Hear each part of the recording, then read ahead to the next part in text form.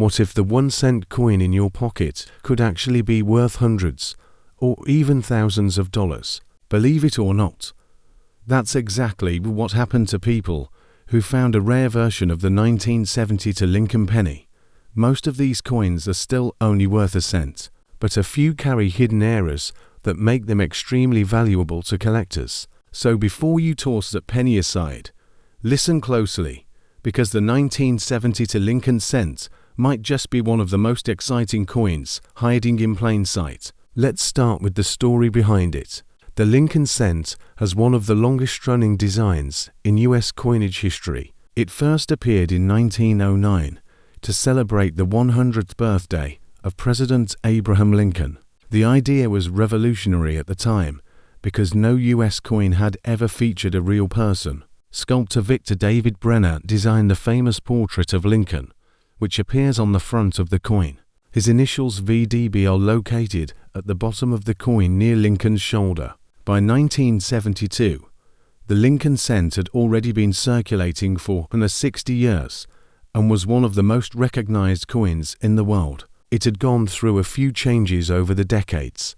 Originally, the coin featured two wheat stalks on the back, the wheat ears design, but in 1959, the reverse was changed to show the Lincoln Memorial, honor of the 150th anniversary of Lincoln's birth. This version was designed by Frank Gasparo, who was then the chief engraver of the U.S. Mint. The 1972 Lincoln penny continues that memorial reverse design. On the front, you have Lincoln's right-facing profile with the inscriptions "In God We Trust" at the top, "Liberty" to the left, and the year 1972 to the right. The mint mark, if there is one, appears just below the date. Now, let's talk about where these coins came from. The U.S. Mint struck the 1972 Lincoln cent at 3 locations: Philadelphia, Denver, and San Francisco. Philadelphia coins have no mint mark, Denver coins carry a small d, and San Francisco proof coins are marked with an S. The mintage numbers are massive. The Philadelphia Mint produced about 2.93 billion coins, Denver made around 2.66 billion, and San Francisco struck about 3.26 million proofs. That's a combined total of more than 5.5 billion pennies, which means finding a special one is like spotting a needle in a haystack. But that's what makes it exciting. Now for the technical side. The 1972 Lincoln penny is made of a bronze alloy to 95% copper and 5% tin and zinc. Each coin weighs 3.11 grams and measures 19 millimeters in diameter. This composition was standard 4 cents until 1982, when the mint switched to a copper-plated zinc planchet. So, every 1972 penny you find has real copper in it, which already makes it feel more solid and valuable than modern ones.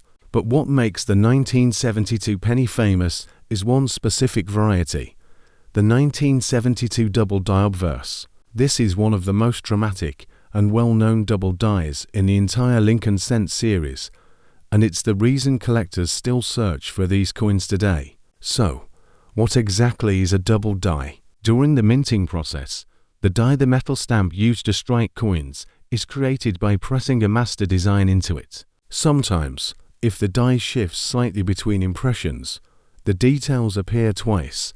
That's a double die. It's not caused by the coin being struck twice. It happens on the die itself before minting begins. The 1972 double die is easy to spot with the naked eye. Look closely at the words "Liberty" and "In God We Trust." The doubling is bold, clear, and distinct.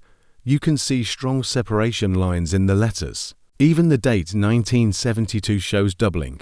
This version is known to collectors as the 1972 double die obverse DDO Variety 1, and it's the most valuable of all 1972 pennies. According to PCGS, there are several minor double die varieties from 1972, at least 10 different ones, but only Variety 1 shows a dramatic doubling that collectors pay serious money for. Now, let's talk about values, because this is where things get exciting.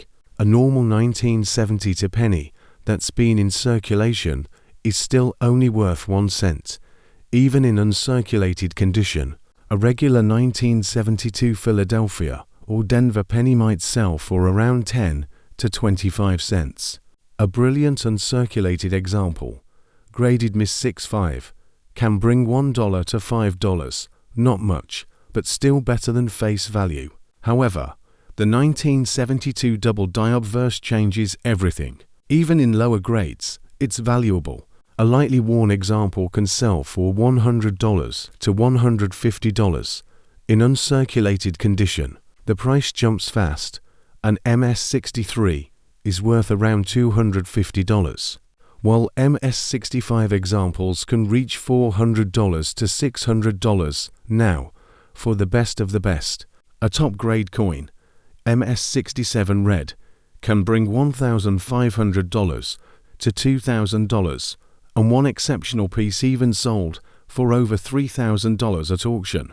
Proof coins with a strong strike and doubling are also sought after, though the 197 to S proof pennies usually don't have the dramatic doubling that appears on the regular circulation strikes. The Denver and San Francisco issues, while not featuring major double dies, can still have small varieties or minting errors that increase value. For example, coins with off-center strikes, die cracks, or missing letters can fetch $50 to $200, depending on how visible the error is. Another interesting fact is the color grading system for copper coins. Collectors categorize them as brown BN, red brown RB, or red road based on how much original mint luster remains. The redder and shinier the coin, the higher the value. So, a 1972 double die in red condition can be worth several times more than the same coin in a darker brown tone. Let's also talk about the proof coins from San Francisco. These coins were specially made for collectors using polished dies and plankets, resulting in mirror-like fields and frosted designs. A 197 to S proof penny without errors is worth around $2 to $5, but deep cameo examples, the ones with strong contrast, can sell for $20 to $40 in PR69 condition. Now, you might wonder how to tell if your 1970 to penny is worth grading or selling. Start with a close look at the inscriptions. A true double die shows clear doubling on Liberty and In God We Trust. If you see just a shadow or blur, it's probably not the famous variety. It might just be strike doubling, which doesn't add much value. You can also check the date. The 1972 double die has a distinct doubling on all four numbers. A magnifying glass or a coin loop can help confirm it. If it looks like the letters and numbers have a second layer, it's worth having checked by a professional.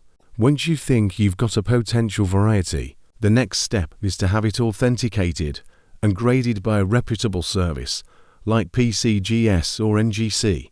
Certified coins sell for more because buyers trust the grade and authenticity. Now, let's look at some real auction examples to see how valuable these coins can get. A 1972 double die obverse graded MS-67 Red by PCGS sold for $3,290 in 2022. Another in MS-66 Red brought around $1,400, and even mid-grade examples consistently sell for several $100s. That's an incredible return for a coin that could easily be sitting in a jar at home. Of course, not every 1970 to penny will be valuable. The vast majority are still only worth 1 cent.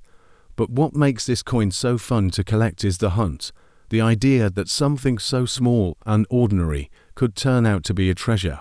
The 1970 to Lincoln penny represents more than just money. It's a piece of American history. It connects us to a time when copper was still used in coins, when designs were hand-engraved, and when the smallest minting errors could create legends in the coin collecting world. So next time you see a 1970 to penny, don't just pass it off as spare change. Take a closer look. Check the lettering, the date, the details. You might be holding a rare double die that collectors will pay hundreds or even thousands for. And if you're serious about learning how to spot these valuable coins or where to sell them for the best price, make sure to stick around until the end of my videos. For now, drop the word price in the comments and I'll share all the details with you directly. Because who knows, That penny in your hand could be worth more than you ever imagined. Asterisk.